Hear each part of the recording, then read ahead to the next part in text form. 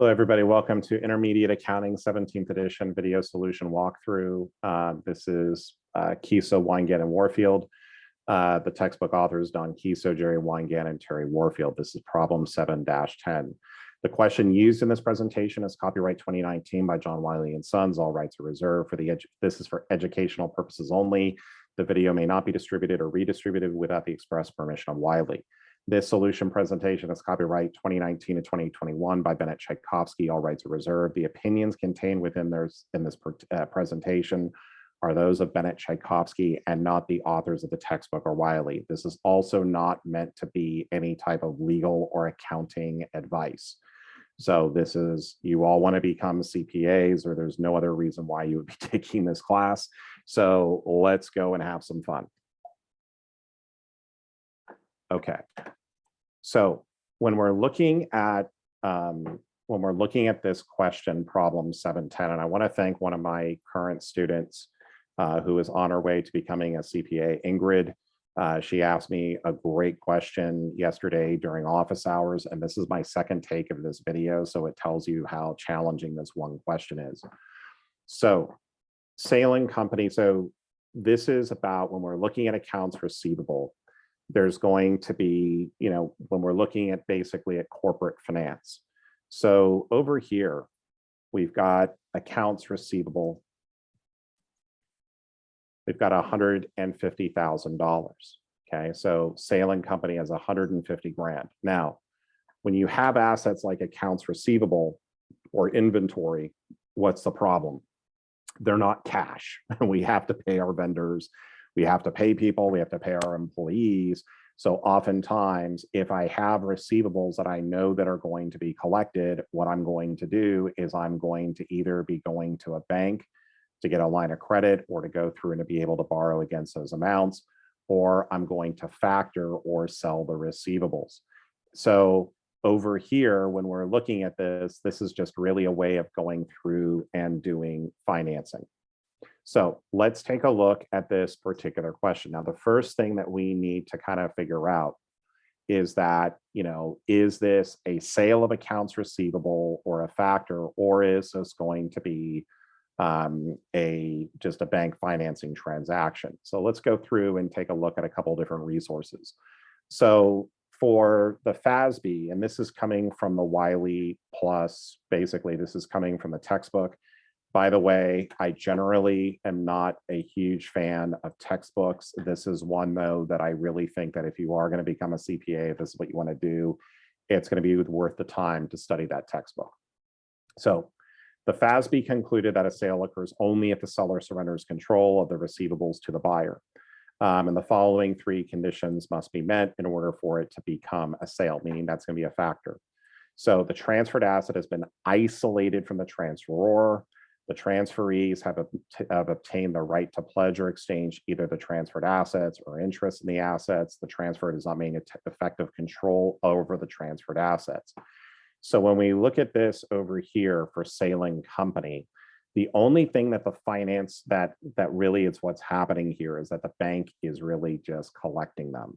And the other kind of clue for us, and in terms that this is in fact a borrowing against basically borrowing against accounts receivable, that an outright sale of accounts receivable, and I want to give Meredith a capital shout out because this tells you right over here. Factors will pay between 97 to 99% of the AR, while the banks will only loan 75 to 85%.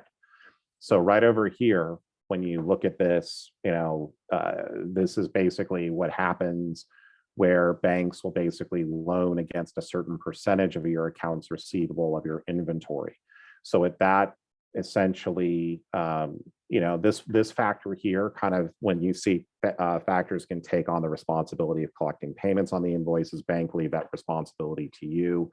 When we look at this, this is kind of a, kind of like a hybrid here. And so when we look at this, this looks like it's kind of being transferred, but again, it doesn't really look like it's an outright sale. Okay, and that's what we're going to kind of go through and make that assumption on this over here. So again, we're just going through and borrowing these. It's basically a borrowing against our outstanding receivables. Okay, and this over here, this all business, and this is again something you can kind of go through and like look at is what is factoring, what is financing. And so again, if you're a CFO, this is going to be something that you're going to have to put some time into, because you're going to have to, chief fund officer, chief financial officer, you're going to want to learn about how to go through and, how do you keep your company liquid? Okay, so on July 1st, it assigned under guarantee amounts of 150,000. The finance company advanced to sale in 80% of the accounts assigned. 20% of the amount to be withheld until the finance company has made its full recovery, less a finance charge of 0.5% of the accounts assigned. Okay, so they're not giving us the full 150. Rather, they're going to give us 80% of the balance, right? So in trying to go through and determine the amount of cash, so the AR total is at 150,000, right? So just kind of a reminder, assets are equal to my liabilities plus my owner's equity, right? And debit, credit. Okay, why do I do this? Assets typically have a debit balance. They're increased with debits, decreased with credits. Liabilities and owner's equity typically have credit balances. They are increased with credits, decreased with debits. And then we have expenses and then revenues, ER, okay? So that's where you do not want to end up on the weekend. But over here, let's go ahead and make this a little cleaner. Okay, so I record expenses with debits, and then I record revenues with credits. Okay, so over here, the amount that I'm factoring, or excuse me, the amount that I'm, let's get those, make sure we're saying this right. The amount that I'm going to be financing or I'm assigning under guarantee is amounts to 150. But the bank is only going to give me 80% of that amount. So they're going to give me 120,000. However, that's going to be the amount of the loan or the note payable. Okay. So that's going to be the amount of the note payable. Okay. And why do we call it? Because we're not borrowing money directly. It's basically, it's being secured by something. So that's why we're calling it a note. Or it's being secured by the receivables. That's why we're calling it a note. So over here, right? But am I going to get that full 120? The answer is no. I'm going to have to pay 0.5% on the total amount that is being financed. Just give me a moment.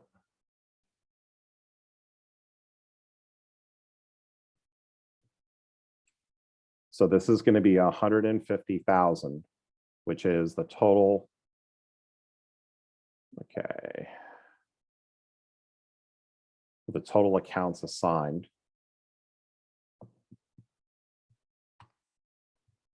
Right over here. So the amount of cash I will receive is going to be 120 minus 750 or 119,250. So that's going to be the amount of cash that I receive on July 1st. So let's go ahead and take a look at that again. So I'm right over here. I'm assigning 150 grand. I'm getting advanced 80%, right? Or $120,000. However, it's less a finance charge of 0.5% of the accounts assigned. So it's not 0.5% of the 120 or the amount that I'm borrowing. It's 0.5% of the accounts assigned, right? These are the accounts assigned or the outstanding accounts receivable. So let's go through and do this in T accounts. So I'm getting cash. Cash is an asset, so I'm going to show an increase to that cash with a debit. Okay. This financing charge, we're just going to call this interest expense. I record expenses with debits. So I'm going to go overhead over here and record this with a debit. And then over here, I'm going to have notes payable. And I'm going to be recording my notes payable over here with a credit. Notes payable is a liability. I increase that liability with a credit. Now, if I had to do a journal entry, right? If I've done the T accounts, journal entries are easy to do. So basically, I'm debiting cash, debiting interest expense, crediting notes payable.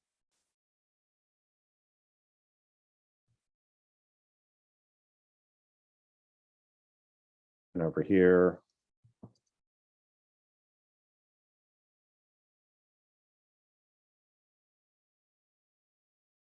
cash received from financing AR. Sounds something that sounds good. Right, remember when it comes to journal entry descriptions, it's whatever your senior has you write. When you go into public accounting, they'll give you training on how to go through and do it. Okay, so right over here, that is the first part right over here. So we've got all this happening and we'll just kind of label these nicely and let's keep going. So my next part here is that on July 31st, we received a statement that the finance company had collected $80,000 of the accounts and made an additional charge of 0.5% of the total amount outstanding. Okay, so right over here, right, what happened? So as of 7/1, right, the company basically had the amount of the accounts, the assigned accounts was 150,000. My collections was 80,000. And so the remaining assigned is going to be 150 minus 80 or $70,000. Okay, now when it comes though, and the reason why this is important and I'm kind of doing it this way is because when it comes to the finance charge, this is based on the assigned accounts, right? So what we're going to go through and do over here is now that we've kind of figured out how much we've collected, how do we record it? So the first part that I want to go through and do over here is to show that, well, does my note payable, do I still owe 120? And the answer is no, I've collected $80,000 of it. So on July 31st, what I want to do is I want to debit notes payable for 80,000 bucks. And what I'm going to do over here is that, well, do my customers still owe me $150,000? The answer is no. They basically owe me less 80 grand. So over here, I'm going to credit accounts receivable, debit notes payable. Okay, for 80,000. Okay, so that's the first step that I want to go through and do in this transaction. Now, for the second step of this transaction, the next thing I want to go through and do is that is everything free in Waterworld, right? Nothing's free in Waterworld, right? So over here, this 70,000 bucks, what I'm going to need to do is to say, okay, the remaining amount that's assigned is 70,000 times 0.005, right? So my finance charge is going to be 350. Now, when it comes to this 350, I'm generally, I'm not going to the bank, again, it just kind of depends on your relationship with the bank. But when it comes to this, they're generally going to take this out of my account once I go through and they start actually collecting more money. So what I'm going to go through and do here is I'm going to record some interest expense for 350. And I'm also going to credit interest payable. Okay. So over here, I'm going to credit interest payable for 350 on 7/31. Okay, and let's just kind of go through. So on this part here, I'm reducing my accounts receivable. How do I reduce accounts receivable? Well, I increase my assets with a credit. I decrease them with a credit. I'm decreasing the amount that I owe the bank. They've collected 80,000. How do I decrease the liability? It's with a debit. I have a financing charge, also known as interest expense. I'm going to go over here and record this with a debit. And then I'm not going to pay it yet because what it's telling me here is that this charge is to be deducted at the time of the first remittance due sail-in from the finance company. So they're basically saying, okay, you owe us some money, we'll just take it out once we pay you some more cash or once you're ready to get paid cash. Okay, so right over here, I'm going to have interest expense and then interest payable for 350 and then 350. And this over here, I can call this to record, basically record, what do we call this? AR collected, pledged AR or assigned to record. What's the best way to record this? Assigned AR from the financing company. Okay. All right, so we've got this over here. Now that's as of July 31st. Now, here's the tricky one, okay? Now over here, on August 31st, I receive a second statement from the finance company together with a check for the amount due. The statement indicated that the finance company had collected an additional $50,000 and had made a further charge of 0.5% of the balance outstanding as of August 31st. Okay, so right over here, right? So my remaining assigned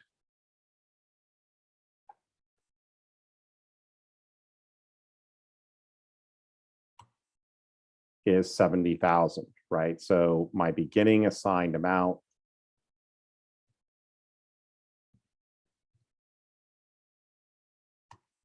is going to be 70,000 bucks.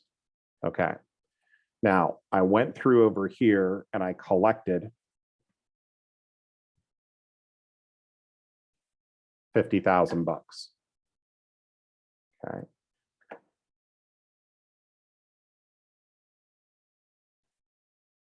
Okay. So my ending amount is going to be $20,000. Okay. Okay, so my ending amount or my remaining assigned is on 8/31 is going to be 20,000 bucks. Okay, now let's kind of go through first though and figure out what's happening here because this is going to be a little bit funky. Okay, so in terms of the notes payable, right?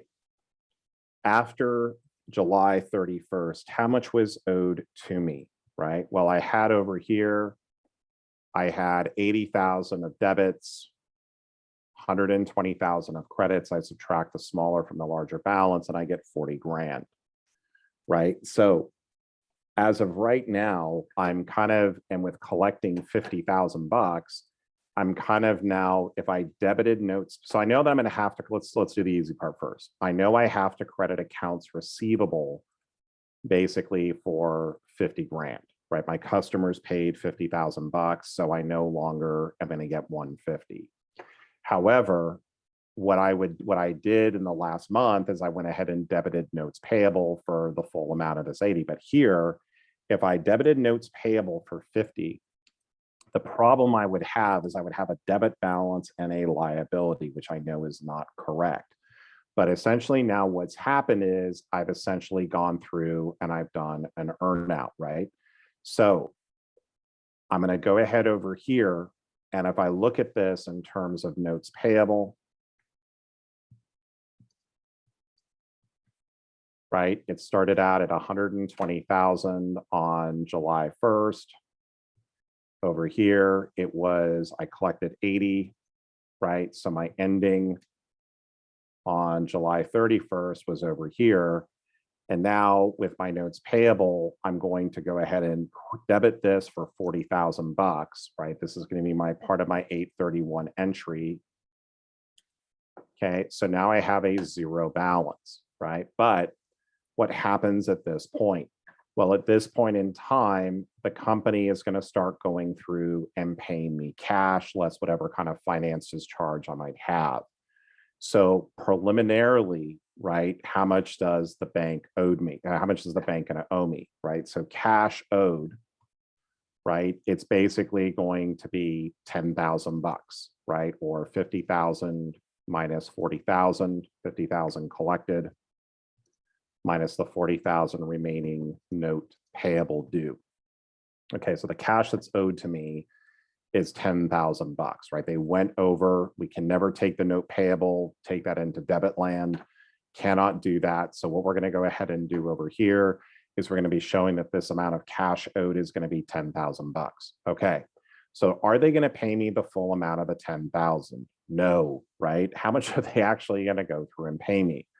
Well, what they're going to go ahead and do is they're going to say to me, well, the finance charge for the remaining amount assigned is going to be 0.5% of the 20,000 bucks, right? Because every time they're looking at the ending balance, so it's going to be 0.5% of the $20,000.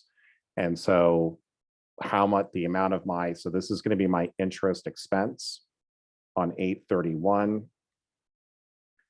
is going to be $100, right? It's the amount of the remaining accounts receivable that have been assigned.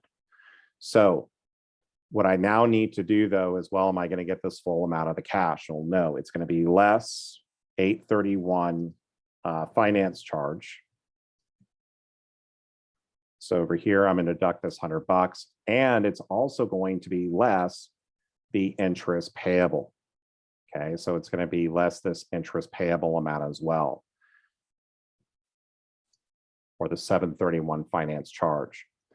So the total cash to be received is going to be $9,550. So again, what's happened here? I've gone through, I've collected more than what was actually originally assigned or what was borrowed against the assignment. So over here now, the bank is going to be paying me. However, they're not going to pay me the full amount. They're basically going to pay me the amount less whatever kind of finance charges may happen. So how do we go through and journalize this? Well, let's have some fun, right? This is why we go through and do everything with T accounts. So easy part first, I know I'm going to be getting cash on 8/31. The cash I receive is going to be $9,550.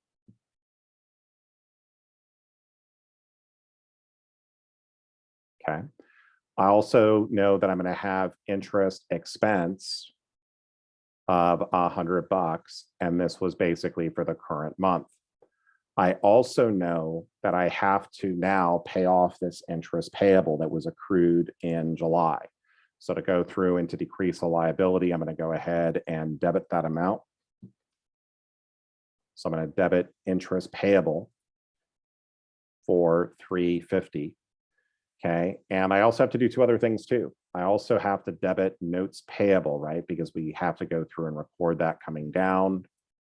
And then I also have to go through and credit accounts receivable for the amounts that were gone through and have been collected by the customer, or this 50,000 right over here. Okay. So as I go through and I look at this final account of this final accounting over here, this is how I'm going to go through and record the transaction. Not getting the full amount of the 10,000 cash, but it's less these different charges here. And this is the solution, basically, to record assigned AR. Let's record collected signed AR from the financing company. Okay. So that's how we go through and do problem 7-10. Again, I want to thank Ingrid for pointing out this question to me that I think I had assigned in Wiley Plus, but I didn't go through and actually do it. Yeah. So another fun question from Wiley. So thank you guys for being here today, watching this video. Hold on. So again, thank you, Wiley. Do not forget to like and subscribe. If you're looking for other solutions to other different questions or problems, just go ahead and ask me in the comments to basically ask me in the comments to the textbook, or excuse me, not the comment. Ask me in the comments below. I will try to respond as quickly as I can. I am going through the 17th edition because Wiley has given me the permission to do so. So I am trying to go through and do most of the different chapters, but in any event, look forward to seeing you on the next video. Have a great day.